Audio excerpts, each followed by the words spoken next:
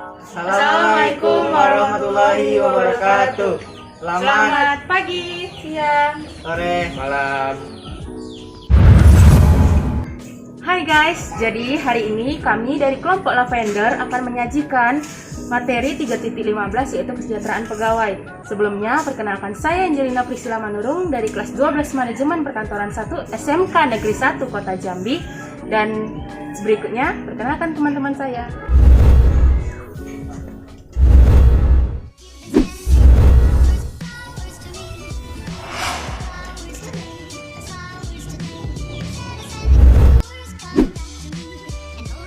Saya di sini akan menjelaskan pengertian kesejahteraan pegawai.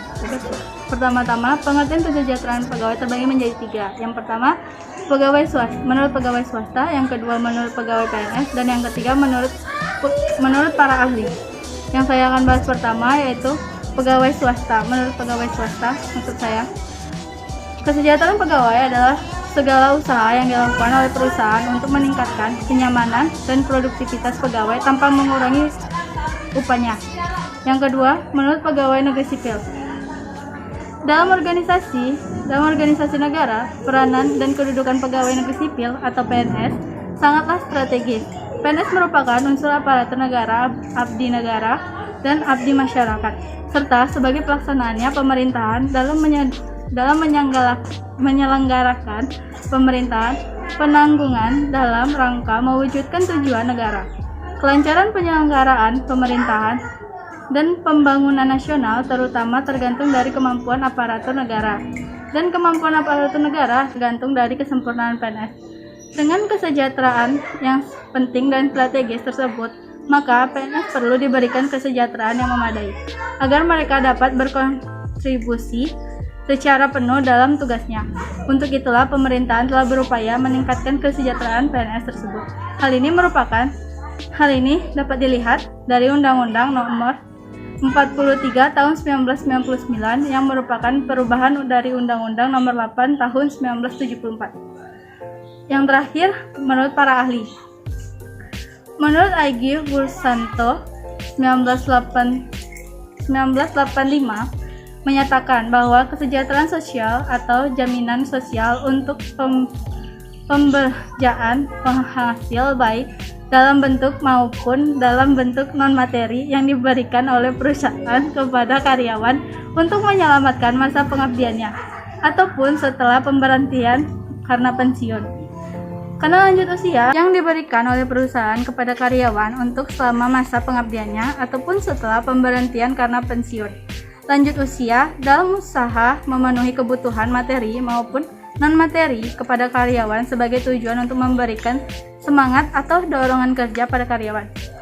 Menurut Melayu SP Hasibuan, kesejahteraan adalah balasan jasa lengkap atau materi non-materi yang diberikan oleh perusahaan berdasarkan kebijaksanaannya.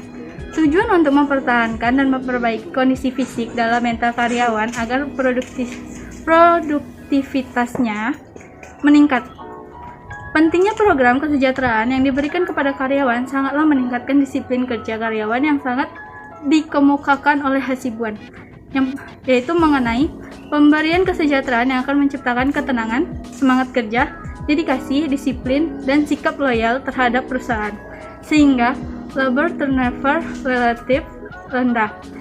Dengan tingkat kesejahteraan yang cukup, maka mereka akan lebih tenang dalam melaksanakan tugas-tugasnya. Dengan ini, ketenangan tersebut diharapkan para karyawan akan lebih disiplin. Terima kasih. Di sini saya akan menjelaskan jenis-jenis penghargaan pegawai. Menurut ISAK, berdasarkan bentuk kesejahteraan, secara garis besar ada 2, yaitu kesejahteraan langsung dan kesejahteraan tidak langsung. Kesejahteraan langsung ialah kesejahteraan yang berupa penghargaan berupa gaji atau upah yang dibayar secara tetap berdasarkan tenggang waktu yang tetap dan intensif. Penghargaan yang diberikan adalah untuk memotivasi karyawan agar produktivitas kerjanya bersifat tinggi dan juga tetap dan tidak telat sesuai dengan waktunya. Dan kedua yaitu kesejahteraan tidak langsung. Menurut Handoko, menggolongkan kesejahteraan tidak langsung menjadi beberapa bagian, yaitu A. Penghargaan upah untuk sewaktu-waktu tidak bekerja. Semisalnya 1. Istirahat, 2. Hari sakit, ketiga libur dan cuti, Keempat, alasan lain yaitu hari melahirkan, kecelakaan, atau upacara pemakaman. Dan yang B, perlindungan ekonomis yang terhadap bahaya. Misalnya, jaminan pembayaran upah dalam jumlah waktu dalam satu periode.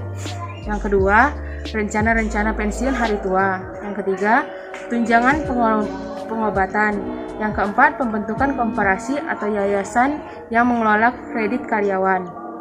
C, program pelayanan karyawan meliputi 1. Rekreasi, 2. Perumahan, ketiga beasiswa pendidikan, keempat fasilitas pembelian, kelima konseling, keenam aneka ragam pelayanan. Terima kasih. Akan menjelaskan tentang landasan hukum kesejahteraan pegawai. 1. Pasal 34 ayat 1 Undang-Undang Dasar Negara Republik Indonesia tahun 1945 mengamanatkan kewajiban negara untuk memelihara fakir miskin dan anak telantar. Dengan demikian, penyelenggaraan kesejahteraan sosial dapat memberikan keadilan sosial bagi warga negara untuk dapat hidup secara layak dan bermartabat. 2. Undang-Undang 11 tahun 2009 tentang kesejahteraan sosial adalah kondisi terpenuhinya kebutuhan material, spiritual, dan sosial warga negara agar dapat hidup layak dan mampu mengembangkan diri sehingga dapat melaksanakan fungsi sosialnya. 3. Undang-Undang Nomor 43 Tahun 1999 Pasal 32. Bagian 1. Untuk meningkatkan kegairahan bekerja, selenggarakan usaha kesejahteraan PNS. Bagian 2. Usaha kesejahteraan sebagaimana dimaksud dalam ayat 1 meliputi program pensiun dan tabungan hari tua, asuransi kesehatan, tabungan perumahan, dan asuransi pendidikan bagi putra-putri PNS sampai dengan ayat 6. Di sini saya akan menjelaskan tujuan peningkatan kesejahteraan pegawai.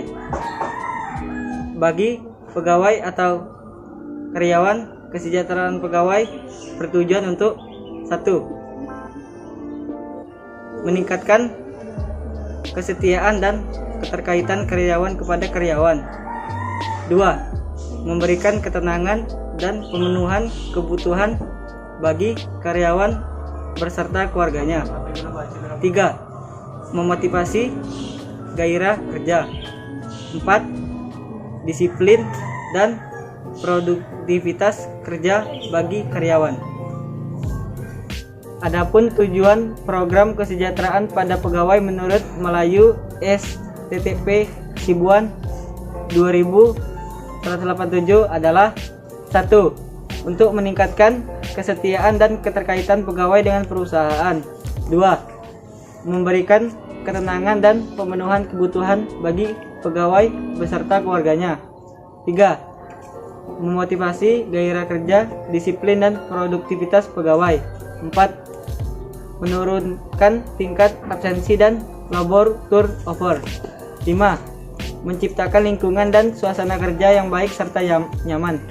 6. Membantu lancarnya pekerjaan untuk mencapai. Sekian sajian materi dari kelompok kami, kelompok Lavender, membahas materi 3.15 yaitu kesejahteraan pegawai. Jika kami memiliki kurangan materi atau kata-kata yang masih salah, mohon dikoreksi di kolom komentar ya. Dan jangan lupa untuk di like, Share, subscribe. itu kelompok Lavender. Entah. 1